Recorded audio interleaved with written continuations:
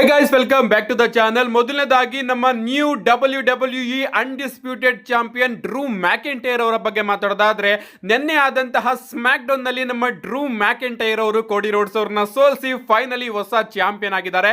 ಅಷ್ಟೇ ಅಲ್ಲ, ಚಾಂಪಿಯನ್ ಆಗೋದ್ರ ಮುಖಾಂತರ ಅವರು ರೀಸೆಂಟ್ ಆಗಿ WWE ಗ್ಲಾಸ್ಕೋದಲ್ಲಿ ಆದಂತಹ ರೋಡ್ ಟು ರಂಬಲ್ ಅನ್ನೋ ಒಂದು ಲೈವ್ ಇವೆಂಟ್ಗೂ ಕೂಡ ಹೋಗಿರ್ತಾರೆ.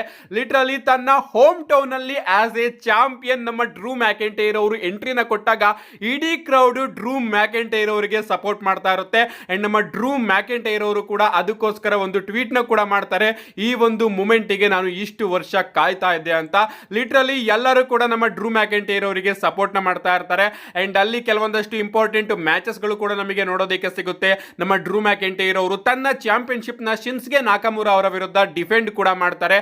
ಅಷ್ಟೇ ಅಲ್ಲ, ನಮ್ಮ ಸಿಎಂ ಪಂಕ್ ಅವರು ತನ್ನ ಚಾಂಪಿಯನ್ಶಿಪ್ ನ ಬ್ರಾನ್ಸನ್ ರೀಡ್ ಅವರ ವಿರುದ್ಧ ಡಿಫೆಂಡ್ ಮಾಡಿದ್ರೆ, ಗಂತರ್ ಅವರು ಸ್ಯಾಮಿ ಝೈನ್ ಅವ್ರನ್ನ ಸೋಲಿಸ್ತಾರೆ. ನಮ್ಮ ಜೇ ಊಸೋ ಅವರು ಫಿನ್ ಬ್ಯಾಲರ್ ಅವ್ರನ್ನ ಸೋಲಿಸ್ತಾರೆ. ಏಜೆ ಸ್ಟೈಲ್ ಅಂಡ್ ಡ್ರ್ಯಾಗನ್ ಲೀ ಅವರು ನ್ಯೂ ಡೇ ಅವ್ರನ್ನ ಸೋಲಿಸ್ತಾರೆ. ಅಲೆಕ್ಸಾ ಬ್ಲಿಸ್ ಅವರು ಕೈರಿ ಸೈನ್ ಅವ್ರನ್ನ ಸೋಲಿಸ್ತಾರೆ. ವೈಟ್ ಸಿಕ್ಸ್ ಅವರು MFT ನ ಸೋಲಿಸ್ತಾರೆ. ಅಂಡ್ ಲಿವ್ ಮಾರ್ಗನ್ ಅವರು ಲೈರಾ ವಾಲ್ಕೈರಾ ಅವ್ರನ್ನ ಸೋಲಿಸ್ತಾರೆ. ಇಷ್ಟು ಮ್ಯಾಚಸ್ ಗಳು ನಮಗೆ WWE ಗ್ಲಾಸ್ಕೋನ ಒಂದು ಲೈವ್ ಇವೆಂಟ್ ಅಲ್ಲಿ ನೋಡೋದಕ್ಕೆ ಸಿಗುತ್ತೆ. ಅಂಡ್ ನಮ್ಮ ಡ್ರೂ ಮ್ಯಾಕೆಂಟೈರ್ ಅವರ ಮ್ಯಾಚ್ ಮೈನ್ ಇವೆಂಟ್ ಅಲ್ಲಿ ಇರುತ್ತೆ. ಅವರು ಶಿನ್ಸ್ಗೆ ನಾಕಮುರಾ ಅವ್ರನ್ನ ಸೋಲ್ಸಾದ್ಮೇಲೆ ಒಂದು ಅದ್ಭುತವಾದ ಪ್ರೋಮೋನು ಕೂಡ ಕಟ್ ಮಾಡ್ತಾರೆ. ಅವ್ರು ಹೇಳ್ತಾರೆ, ನಿಜವಾಗ್ಲೂ ನನ್ನ ಹೋಮ್ ಗ್ರೌಂಡ್ ಅಲ್ಲಿ ಚಾಂಪಿಯನ್ ಆಗಿ ಬರೋದಕ್ಕೆ ಸಿಕ್ಕಾಪಟ್ಟೆ ಕಾಯ್ತಾ ಇದ್ದೆ. ಫೈನಲಿ ಆ ಒಂದು ದಿನ ಇವತ್ತು ಬಂದಿದೆ. ತುಂಬಾ ವರ್ಷಗಳ ಹಿಂದೆ ನಾನು ಕ್ಲಾಶ್ ಎಟ್ ಕ್ಯಾಸಲ್ ಅಲ್ಲಿ ರೋಮನ್ ರೈನ್ಸ್ ಅವ್ರನ್ನ ಫೇಸ್ ಮಾಡ್ತಾ ಇದ್ದೆ WWE ಅನ್ಡಿಸ್ಪ್ಯೂಟೆಡ್ ಯೂನಿವರ್ಸಲ್ ಚಾಂಪಿಯನ್ಶಿಪ್ ಗೆ. ಅಂಡ್ ಆ ಒಂದು ಟೈಮ್ ಅಲ್ಲಿ ನಾನು ಅನ್ಕೊಂಡಿದ್ದೆ ನನ್ನ ಜನಗಳ ಮುಂದೆ ನಾನು ಚಾಂಪಿಯನ್ ಆಗ್ತೀನಿ ಅಂತ. ಬಟ್ ಸೋಲೋ ಸಿಕೋವಾ ಅವರ ಕಾರಣದಿಂದ ನಾನು ಆ ಒಂದು ಮ್ಯಾಚ್ ಅಲ್ಲಿ ಸೋಲ್ಬೇಕಾಯ್ತು. ಅಂಡ್ ಅದಕ್ಕಿಂತ ಸ್ಟುಪಿಡ್ ವಿಚಾರ ಏನಪ್ಪಾ ಅಂದ್ರೆ, ನಾನು ಆ ಒಂದು ಮ್ಯಾಚ್ ಅಲ್ಲಿ ಸೋತಾದ್ಮೇಲೆ ಟೈಸನ್ ಫ್ಯೂರಿ ಅವರ ಜೊತೆ ಸೇರ್ಕೊಂಡು ಸ್ಟುಪಿಡ್ ಆಗಿ ಆಡ್ನು ಕೂಡ ಹೇಳ್ದೆ. ಬಟ್ ಅದಂತೂ ನಿಜವಾಗ್ಲೂ ನೆಕ್ಸ್ಟ್ ಲೆವೆಲ್ ಸ್ಟುಪಿಡಿಟಿ. ಬಟ್ ಅಲ್ಲಿ ನಿಮ್ಮೆಲ್ಲರಿಗೂ ಕೂಡ ಗೊತ್ತಾಯ್ತು ಅಂತ ಅನ್ಕೋತೀನಿ ನನ್ನ ವಾಯ್ಸ್ ಎಷ್ಟು ಚೆನ್ನಾಗಿದೆ ಅಂತ. ಅಂಡ್ ಈಗ ಆ ಒಂದು ಸ್ಟುಪಿಡಿಟಿನ ಮರ್ಸೋ ಅಂತಹ ಟೈಮ್ ಬಂದಿದೆ. ಯಾಕಂದ್ರೆ ಈಗ ನಾನಿಲ್ಲಿ ನನ್ನ ಜನಗಳ ಮುಂದೆ ಚಾಂಪಿಯನ್ ಆಗಿ ನಿಂತಿದ್ದೀನಿ, ನಾವ್ ಯಾಕೆ ಎಲ್ಲರೂ ಕೂಡ ಸೇರ್ಕೊಂಡು ಆಡ್ ಹೇಳ್ಬಾರ್ದು ಅಂತ ಆ ಒಂದು ಸಾಂಗ್ ನೇ ಮತ್ತೆ ನಮ್ಮ ಡ್ರೂ ಮ್ಯಾಕೆಂಟೈರ್ ಅವರು ರಿಪೀಟ್ ಆಗಿ ಹೇಳ್ತಾರೆ ಅಂತಾನೆ ಹೇಳ್ಬೇಕು. ನಿಜವಾಗ್ಲೂ ಡ್ರೂ ಮ್ಯಾಕೆಂಟೈರ್ ಅವ್ರಿಗಂತೂ ಒಂದು ಅದ್ಭುತವಾದ ಮೂಮೆಂಟ್. ತನ್ನ ಜನಗಳ ನಡುವೆ ತುಂಬಾ ವರ್ಷಗಳ ಆಸೆನ ಫೈನಲಿ ನಮ್ಮ ಡ್ರೂ ಮ್ಯಾಕೆಂಟೈರ್ ಅವರು ಈಡೇರಿಸಿಕೊಂಡಿದ್ದಾರೆ. ನೆಕ್ಸ್ಟ್ ಅಪ್ಡೇಟ್ ಕಡೆ ಬರೋದಾದ್ರೆ, ಇದ್ದಿರ್ತಕ್ಕಂಥದ್ದು ಕೂಡ ನಮ್ಮ ಡ್ರೂ ಮ್ಯಾಕೆಂಟೈರ್ ಅವರ ಬಗ್ಗೆನೇ. ರೀಸೆಂಟ್ ಆಗಿ ಒಂದು ಇಂಟರ್ವ್ಯೂ ಅಲ್ಲಿ ನಮ್ಮ ಡ್ರೂ ಮ್ಯಾಕೆಂಟೈರ್ ಅವರ ಬಳಿ ಕ್ರಿಸ್ ಜೆರಿಕೋ ಅವರ ಬಗ್ಗೆ ಕೇಳಿದಾಗ ನಮ್ಮ ಡ್ರೂ ಮ್ಯಾಕೆಂಟೈರ್ ಅವರು ಈ ರೀತಿ ಸ್ಟೇಟ್ಮೆಂಟ್ ನ ಕೊಡ್ತಾರೆ. ಅಂದ್ರೆ ಕ್ರಿಸ್ ಜೆರಿಕೋ ಹಾಗೆ ನಾನು ಇಬ್ರು ಕೂಡ ತುಂಬಾ ಒಳ್ಳೆ ಫ್ರೆಂಡ್ಸು. ನಾನು ನನ್ನ ಯೌವನವೆಲ್ಲದನ್ನು ಕೂಡ ಕ್ರಿಸ್ ಜೆರಿಕೋ ಅವರ ಸೇರ್ಕೊಂಡೇ ಬೆಳೆದಿದ್ದೀನಿ. ಅಂಡ್ ಕ್ರಿಸ್ ಜೆರಿಕೋ ನಿಜವಾಗ್ಲೂ ಕೂಡ ತುಂಬಾನೇ ಮ್ಯಾಸಿವ್ ಸ್ಟಾರು. ಅಂಡ್ ಅವನು ಎಲ್ಲೇ ಹೋದ್ರು ಕೂಡ ಏನಾದ್ರೂ ಒಂದು ಮ್ಯಾಸಿವ್ ಆಗಿ ಸಾಧನೆ ಮಾಡೇ ಮಾಡ್ತಾನೆ. ಅಂಡ್ ಅವನು ಹೋಗಿದ್ದ ಜಾಗದಲ್ಲೆಲ್ಲ ಕೂಡ ಅವನು ತನ್ನ ಕುರುಹನ್ನ ಖಂಡಿತವಾಗ್ಲೂ ಕೂಡ ಬಿಟ್ಟು ಹೋಗ್ತಾನೆ. ನಿಜವಾಗ್ಲೂ ಅದೇನಾದ್ರೂ ಮತ್ತೊಮ್ಮೆ ನಮ್ಮ ಕಂಪನಿಗೆ ಬರ್ತಾ ಇದೆ ಅಂದ್ರೆ ನಾವ್ ಯಾಕೆ ಬೇಡ ಅನ್ನೋಣ ಅಂತ ನಮ್ಮ ಡ್ರೂ ಮ್ಯಾಕೆಂಟೈರ್ ಅವರು ಕ್ರಿಸ್ ಜೆರಿಕೋ ಅವರ ರಿಟರ್ನ್ ಬಗ್ಗೆ ಒಂದು ಕಮೆಂಟ್ ನ ಮಾಡಿದ್ದಾರೆ. ಸೊ ಪಾಸಿಬಲ್ ರಾಯಲ್ ರಂಬಲ್ ಅಲ್ಲಿ ನಮಗೆ ಕ್ರಿಸ್ ಜೆರಿಕೋ ಅವರ ರಿಟರ್ನ್ ನಮಗೆ ನೋಡೋದಕ್ಕೆ ಸಿಗಬಹುದು. ಅಂಡ್ ರಾಯಲ್ ರಂಬಲ್ ಬಗ್ಗೆ ಮಾತಾಡ್ತಿದ್ವಿ ಅಂದ್ರೆ, ರಾಯಲ್ ರಂಬಲ್ ಬರೋ ಅಷ್ಟರಲ್ಲಿ ಈ ಬಾರಿಯ ರಾಯಲ್ ರಂಬಲ್ ಗೆ ಯಾವ ನೇಮ್ಸ್ ಗಳು ರೂಮರ್ ಆಗಿದೆ ಅಂತಾನು ಕೂಡ ಒಂದು ಸಪರೇಟ್ ವಿಡಿಯೋನ ತಗೊಂಡು ಬರ್ತೀನಿ. ಅಂಡ್ ರಾಯಲ್ ರಂಬಲ್ ಅಲ್ಲಿ ಯಾರ್ಯಾರ ಜೊತೆ ಯಾವ ರೆಕಾರ್ಡ್ ಇದೆ ಅಂತಾನು ಕೂಡ ಖಂಡಿತವಾಗ್ಲೂ ವಿಡಿಯೋನ ತಗೊಂಡು ಬರ್ತೀನಿ. ನಮ್ಮ ನೆಕ್ಸ್ಟ್ ಅಂಡ್ ಫೈನಲ್ ಅಪ್ಡೇಟ್ ಕಡೆ ಬರೋದಾದ್ರೆ, ಇದಿರ್ತಕ್ಕಂಥದ್ದು ರಸಲ್ ಮೇನಿಯಾ 42 ನ ಕನ್ಫ್ಯೂಷನ್ಸ್ ಗಳ ಬಗ್ಗೆ. ಲಿಟರಲಿ ಗೈಸ್, ನಮ್ಮ ಡ್ರೂ ಮ್ಯಾಕೆಂಟೈರ್ ಅವ್ರನ್ನ ಟ್ರಿಪಲ್ ಎಚ್ ಅವರು ಚಾಂಪಿಯನ್ ಆಗಿ ಮಾಡೋದ್ರಿಂದ ರಸಲ್ ಮೇನಿಯಾ 42 ನ ಎಲ್ಲಾ ಮ್ಯಾಚಸ್ ಗಳು ಕೂಡ ಉಲ್ಟಂ ಪಲ್ಟ ಆಗಿದೆ ಅಂತ ಹೇಳ್ಬೇಕು. ನಿಮ್ಗೆ ಗೊತ್ತಿರಬಹುದು, ಮೊದಲನೇದಾಗಿ ಸೆತ್ ರೋಲೆನ್ಸ್ ಅವರು ಇಂಜುರಿ ಆಗಿರೋ ಕಾರಣ ಮೊದಲನೇದಾಗಿ ಪ್ಲಾನ್ಸ್ ಗಳು ಉಲ್ಟಾ ಪಲ್ಟಾ ಆಗಿತ್ತು. ಒರಿಜಿನಲ್ ಆಗಿ WWE ಅವರು ಪ್ಲಾನ್ಸ್ ಗಳು ಯಾವ ರೀತಿ ಮಾಡಿದ್ರು ಗೊತ್ತಾ? ಒಂದು ರೋಮನ್ ರೈನ್ಸ್ ಹಾಗೆ ಸತ್ ಫ್ರೀಕಿನ್ ರಾಲಿನ್ಸ್ ಅವರ ನಡುವೆ ವರ್ಲ್ಡ್ ಹೆವಿ ಚಾಂಪಿಯನ್ಶಿಪ್ ಗೆ ರಸಲ್ ಮೇನಿಯಾದಲ್ಲಿ ಮ್ಯಾಚ್ ನೋಡೋದಕ್ಕೆ ಸಿಗುತ್ತೆ. ಅಂಡ್ ಅದಾದ್ಮೇಲೆ ಸಿಎಂ ಪಂಕ್ ಹಾಗೆ ಕೋಡಿ ರೋಡ್ಸ್ ಅವರ ನಡುವೆ ರಸಲ್ ಮೇನಿಯಾದಲ್ಲಿ ನಮಗೆ ಮ್ಯಾಚ್ ನೋಡೋದಕ್ಕೆ ಸಿಗುತ್ತೆ ಅಂತ ಪ್ಲಾನ್ಸ್ ಗಳು ಆಗಿತ್ತು. ಬಟ್ ಅಲ್ಲಿ ಮಧ್ಯದಲ್ಲಿ ನಮ್ಮ ಸತ್ ಫ್ರೀಕಿನ್ ರಾಲಿನ್ಸ್ ಅವರಿಗೆ ಇಂಜುರಿ ಆಗಿರೋ ಕಾರಣ ಈಗ ಪ್ಲಾನ್ಸ್ ಗಳನ್ನ WWE ಅವರು ಮತ್ತೊಮ್ಮೆ ಚೇಂಜ್ ಮಾಡಬೇಕಾಯ್ತು. ಯಾಕಂದ್ರೆ ಈಗ ಸೆತ್ ರಾಲಿನ್ಸ್ ಅವರು ರಿಟರ್ನ್ ಆದ್ಮೇಲೆ ಬಂದ ಕೂಡಲೇ ಅವರು ವಿಷನ್ ಮೇಲ್ಗಡೆನೆ ಹೋಗಬೇಕು. ರಸಲ್ ಮೀನಿಯಾಗೆ ಅವರು ಬಂದರೂ ಕೂಡ ಈಗ ವಿಷನ್ ನ ಅವರು ಫೇಸ್ ಮಾಡಬೇಕು.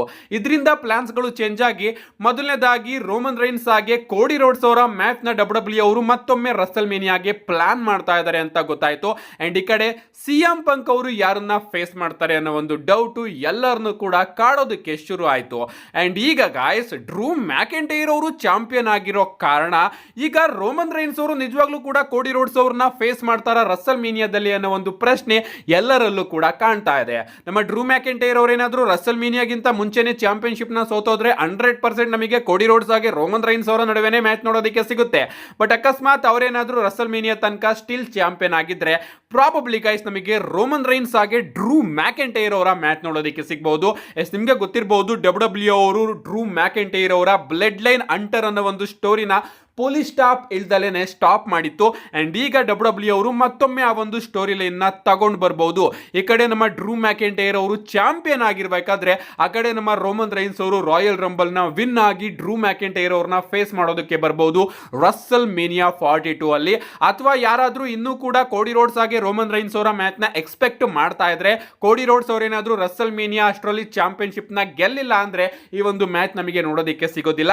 ಯಾಕಂದ್ರೆ ಅಪ್ಡೇಟ್ ಗಳು ಬರ್ತಿರೋ ಪ್ರಕಾರ ರೋಮನ್ ರೈನ್ಸ್ ಅವರ ಡಿಮ್ಯಾಂಡ್ ಏನಪ್ಪಾ ಅಂದ್ರೆ ನನ್ನ ಹಾಗೆ ಕೋಡಿ ರೋಡ್ಸ್ ಅವರ ಮ್ಯಾಚ್ ರಸಲ್ ಮೀನಿಯಾದಲ್ಲಿ ಆಗಬೇಕು. ಬಟ್ ಆ ಒಂದು ಮ್ಯಾಚ್ ಡಬ್ಲ್ಯೂ ಚಾಂಪಿಯನ್ಶಿಪ್ ಗೆನೆ ನೋಡೋದಕ್ಕೆ ಸಿಗಬೇಕು. ಯಾಕಂದ್ರೆ ಈಗ ನಮ್ಮಿಬ್ರು ನಡುವೆ ಆಗಿರ್ತಕ್ಕಂತಹ ಎರಡು ಮ್ಯಾಚ್ ಅಲ್ಲೂ ಕೂಡ W championship on the line ಇದೆ. ಆ ಒಂದು ಮ್ಯಾಚ್ ಅಲ್ಲಿ ನಾನು ಗೆದ್ದಿದ್ದೀನಿ, ಇನ್ನ ಒಂದು ಮ್ಯಾಚ್ ಅಲ್ಲಿ ಕೋಡಿ ರೋಡ್ಸ್ ಅವರು ಗೆದ್ದಿದ್ದಾರೆ. ಅಂಡ್ ಮೂರನೇ ಮ್ಯಾಚ್ ಆದ್ರೂ ಕೂಡ ಆ ಒಂದು ಮ್ಯಾಚ್ ರಸಲ್ ಮೀನಿಯಾದಲ್ಲೇ ಆಗಬೇಕು. ಆ ಒಂದು ಮ್ಯಾಚ್ ಅಲ್ಲೂ ಕೂಡ ಟೈಟಲ್ ಆನ್ ದ ಲೈನ್ ಇರಬೇಕು. ಅಂಡ್ ಈ ಒಂದು ಮ್ಯಾಚ್ ಅಲ್ಲಿ ಗೆಲ್ಲೋದ್ರ ಮುಖಾಂತರ ಯಾರು ಕಂಪನಿಯ ಫೇಸ್ ಅಂತ ಎಲ್ಲರಿಗೂ ಕೂಡ ಗೊತ್ತಾಗಬೇಕು. ಇದು ರೋಮನ್ ರೈನ್ಸ್ ಅವರ ಡಿಮ್ಯಾಂಡ್ ಅಂತೆ. ಸೊ ರೋಮನ್ ರೈನ್ಸ್ ಅವರ ಪ್ರಕಾರ ಅವರಂತೂ ಚಾಂಪಿಯನ್ಶಿಪ್ ಮ್ಯಾಚ್ ಅಲ್ಲ ಅಂದ್ರೆ ಕೋಡಿ ರೋಡ್ಸ್ ಅವ್ರನ್ನ ಫೇಸ್ ಮಾಡೋದಕ್ಕೆ ಒಪ್ಕೊಳ್ಳೋದಿಲ್ಲ.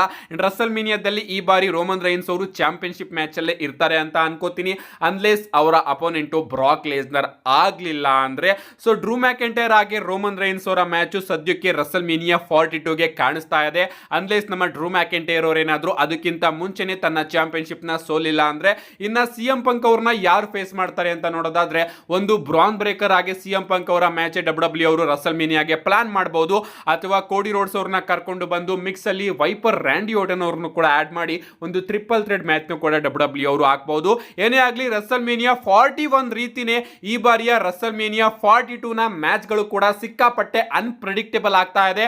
ಬಟ್ ಕೇಳ್ಕೊಳ್ಳೋದೇನಪ್ಪಾ ಅಂದ್ರೆ ರಸಲ್ ಮೀನಿಯಾ 41 ರೀತಿನೇ ಈ ಬಾರಿಯ ರಸಲ್ ಮೀನಿಯಾ 42 ಕೂಡ ಹಾಳಾಗದೆ ಇರಲಿ.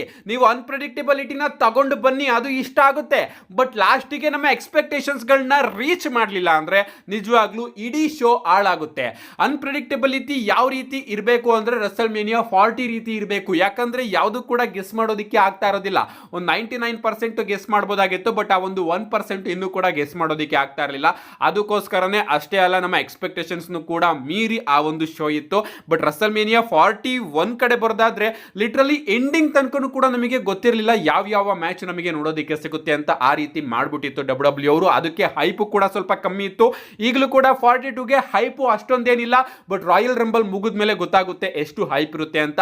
ನಿಮ್ಗೆ ಅನ್ಸುತ್ತೆ ಗೈಸ್ ಈ ಬಾರಿಯ ರಸಲ್ ಮೇನಿಯಾ 42 ಅಲ್ಲಿ ಯಾವ ಮ್ಯಾಚ್ ನಮಗೆ ಯಾರ್ಯಾರ ನಡುವೆ ನೋಡೋದಕ್ಕೆ ಸಿಗುತ್ತೆ? ನಿಮ್ಮ ಅನಿಸಿಕೆನ ಕಮೆಂಟ್ ಮಾಡಿ ಅಂತ ಹೇಳ್ತಾ see you guys in my next video.